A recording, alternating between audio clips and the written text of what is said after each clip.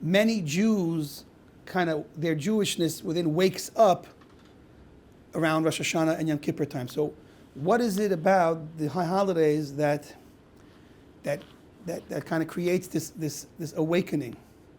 You know, in business talk, it's high season, you know, for the people that are running these places. So I would want to bring a beautiful, deep thought that's coming really from Kabbalah and Chassidut that explains it like this. There are, in case you didn't know, actually 5 parts to a soul, right? So we have a soul, you have a soul, I have a soul, and in general we call it a soul as a general term. Like we call a person, but a person's made up of many parts. You have a brain, you have a heart, you have legs, you have hands. Some of us have a big mouth, like myself sometimes. So we have a soul, but more specifically, that soul has 5 parts, 5 dimensions, each one higher than the other, right? So the lowest level of our soul is the part that gives our body animation, life, movement, vitality. That is the most physical part of our soul. So it's not physical, but it is the part connected with our physical components. And there's a verse in the Bible that connects to this by referring to the blood, that the soul, this level of soul, which is called in Hebrew nefesh, is in the blood. And so it points to a level of vitality that is the result of our soul that keeps us alive, that keeps us moving. Above that level, there's a level called ruach. Ruach means spirit, right? Breath, so to speak. And so that's a higher level of soul, less connected with the physical. So this level connects with our talking, speech. The power of speech is connected to this level of ruach. Again, the lower level, nefesh, I skipped, it connects to action. The actions that we do, obviously, because it's with the strength and the power that we get from this level of nefesh. So our actions correspond to nefesh. Our speech corresponds to ruach.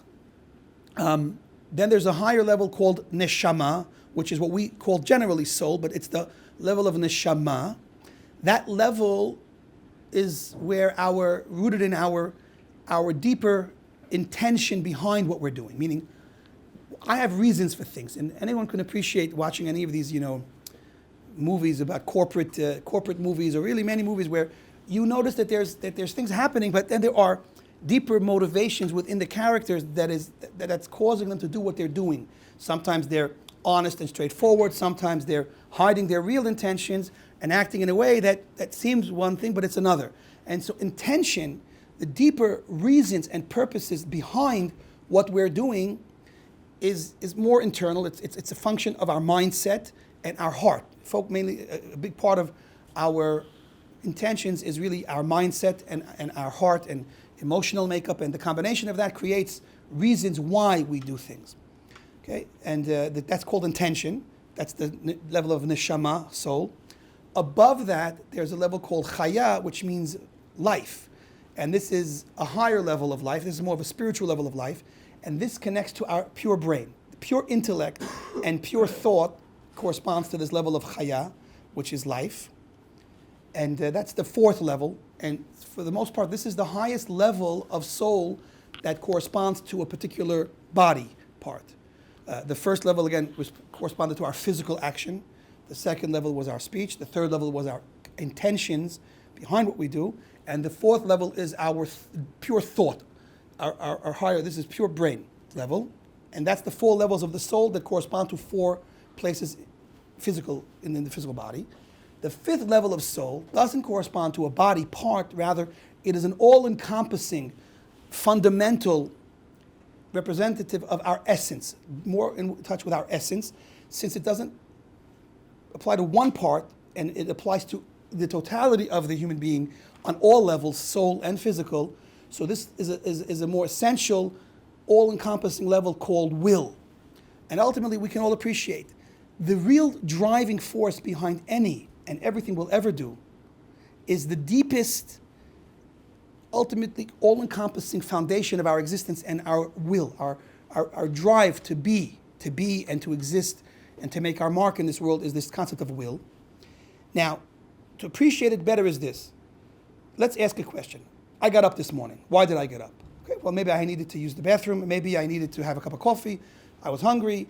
I wanted to do this. I had to go to work. There's a lot of things that I do, right? When you get done with all the whys and even go beyond the do's and you just are, just the idea of you being and what moves you, what is really the underlying force behind everything you do, there's an ultimately end answer that has no secondary why. For example, I had coffee. Why? Because I need energy. Why do I need energy? Because I need to do something. Why do I need to do something? Because I need the money for my work. Everything is going to lead you to another answer. When you get done with all the whys and all the whats, and there's no more searching, you've gotten to the essence. And so the essence of our being is really in this will, this highest level of our soul, which is where our will comes from, our ultimate foundation of everything we do, and our all-encompassing driving force.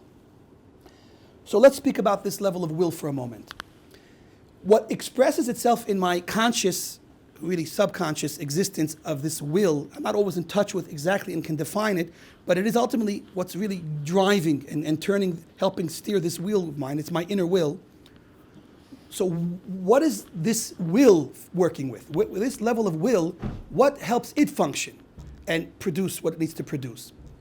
So when we talk about what we believe, ultimately what we believe strongest is going to be what makes us move in the end of the day.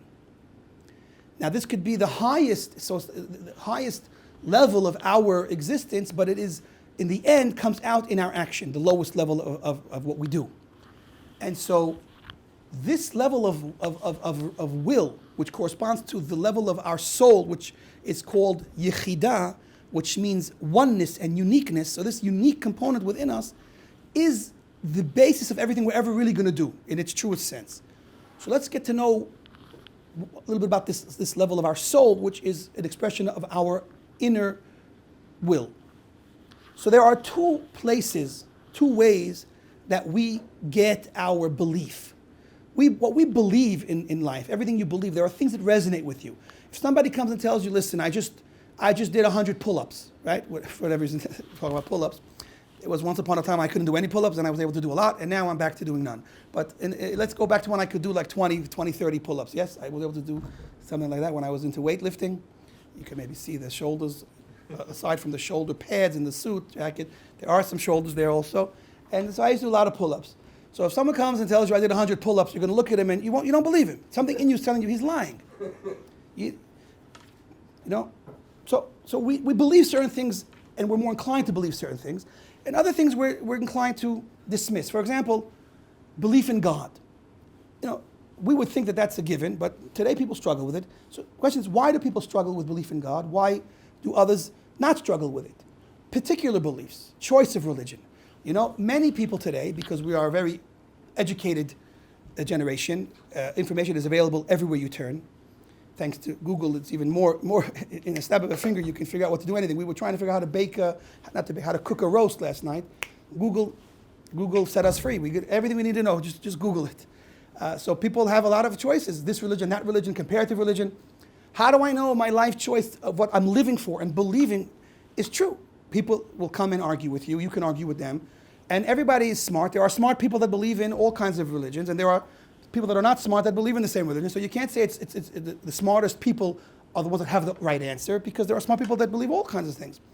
So let me revolutionize and tell everyone here where, according to Kabbalah and mysticism, Jewish mysticism, because all real mysticism is coming from a source of divine revelation, which is rooted in, of course, the Torah of Moshe. So really, all mysticism really is rooted in Judaism.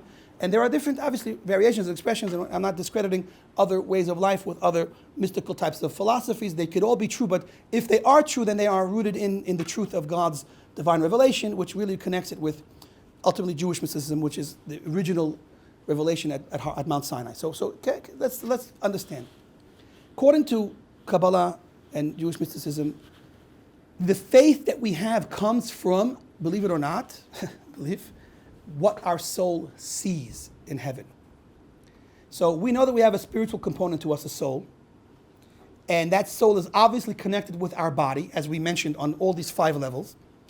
And clearly we see that when the soul leaves, there's no more life in the person. So if anybody's questioning, maybe I have a soul, maybe I don't have a soul, well, a dead person clearly doesn't have any type of animating, life-giving force within him, and that's just a body that is not alive.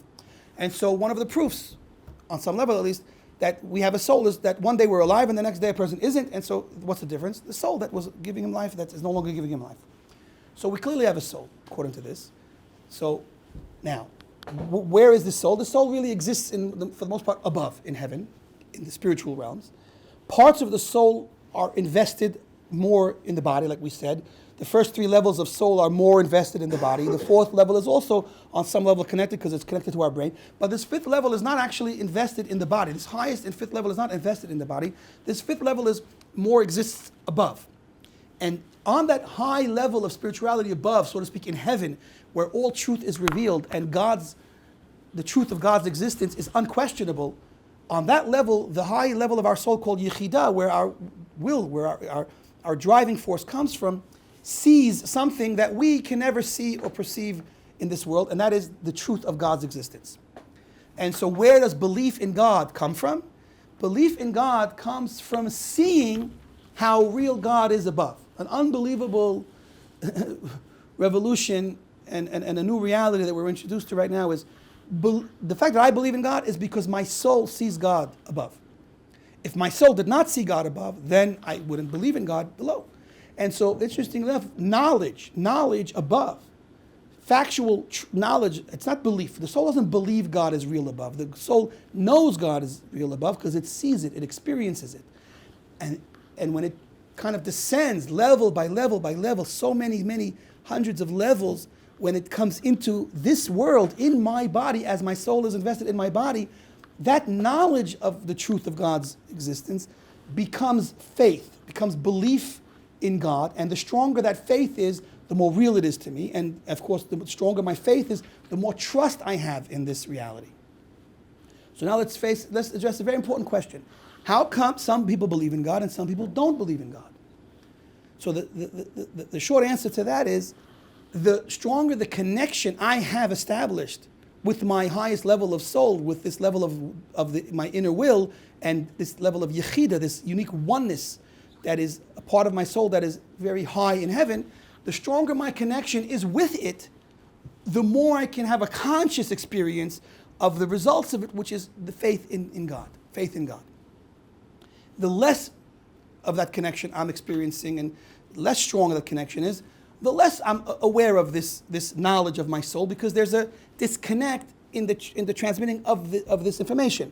So that's why we see sometimes a person is very, very strong in his faith of God, because his connection to his soul on all these levels is stronger, and therefore he's firm with his belief. Now, this doesn't always have to translate into religious, quote-unquote, practice, meaning it doesn't mean the more religious person externally is the one that's more connected with his soul in every case, but certainly following God's directives in strengthening our connection to our soul certainly helps. And so there's a consistency there that the more a person does his part to connect with God, if you're Jewish, the way God says for a Jewish person to do it, and other religions have their leeway to kind of find and follow their way, as long as they're not perverting God's truth. They're not serving idols and worshiping false gods, so then they have their way of connecting. And the stronger anyone makes in his connection, the more they'll be able to experience and feel this reality, this divine reality, that God is really the only true reality that exists, and the more that'll be a part of their lives. So with all this lengthy introduction, we're going to come to the very, very simple but revolutionary answer as to why the places of worship, Jewish worship, on Rosh Hashanah and Yom Kippur are so packed, full of people from all over, all walks of life. They all decide to come to a Jewish place to connect on Yom Kippur, certainly Yom Kippur, and also Rosh Hashanah. Why? So the answer is this. Sometimes God helps us from above and reveals a stronger, more potent revelation of this divine reality above. And so during the high holidays, we are literally getting high on divine revelation, because God strengthens from his perspective. He makes his revelation stronger and able to penetrate in a more strong and real way.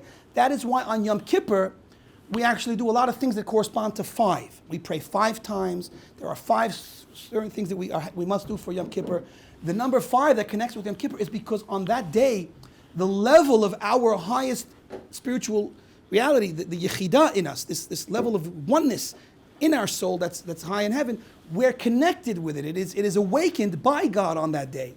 There's a revelation that's stronger, and the result is Jews suddenly feel that belief that trickles down. They feel it more. So these few days a year, they are more in touch with the reality that God is real, and therefore they seek an avenue to connect with that reality. And that is one of the answers, or probably the answer, as to why shuls, synagogues, fill up on Rosh Hashanah and Yom Kippur, and then they empty out for the rest of the year. Okay, so this is all just part 1 of this discussion.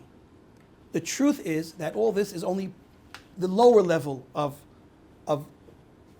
why people connect more on Rosh Hashanah and Yom Kippur. There's an even higher level to appreciate and understand. Till now we said that the real power of our belief in God, and when it's strong, it means we actually live out that belief. We live in a life that's connected with God and doing God's will. There's a higher level, which is not a part of our soul that sees God and sees that God is real, but a part of our soul that is an actual part of God, that is one with God and a part of God, and therefore it just is God. And on that level, God is real because it is a part of God. And that's a much higher level than seeing. When you see something, it's still 2 separate things.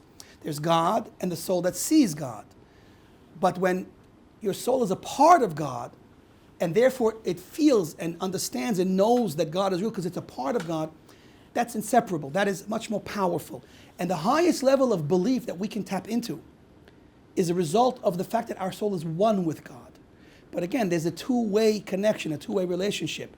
Like any relationship, you have to do your part and God does his part. And here too, God is helping us from above by strengthening that connection, and then we respond with a more awareness and a stronger feeling of faith below.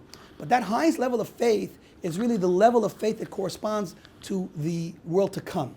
Because in the world to come, the darkness of today's world and the confusion of today's world will be banished, and we'll see the ultimate truth and ultimate reality in how God is one with his world. And our souls ultimately are one with God. And that's a foretaste we can have in this day and age, and tapping into this essential belief, which is a result of our highest level of soul, which is one with God. And again, these are 2 levels. We have to work to strengthen both levels, but certainly the final level is the oneness that we share with God and God's divine revelation. That will ultimately be the strongest faith, and that's the faith that is a foretaste of what we will have when Mashiach comes and we have the final Geula and revelation, when all darkness will no longer exist, and there'll be no concealment of the truth of the ultimate reality, which is God and his creations, how it's really all one.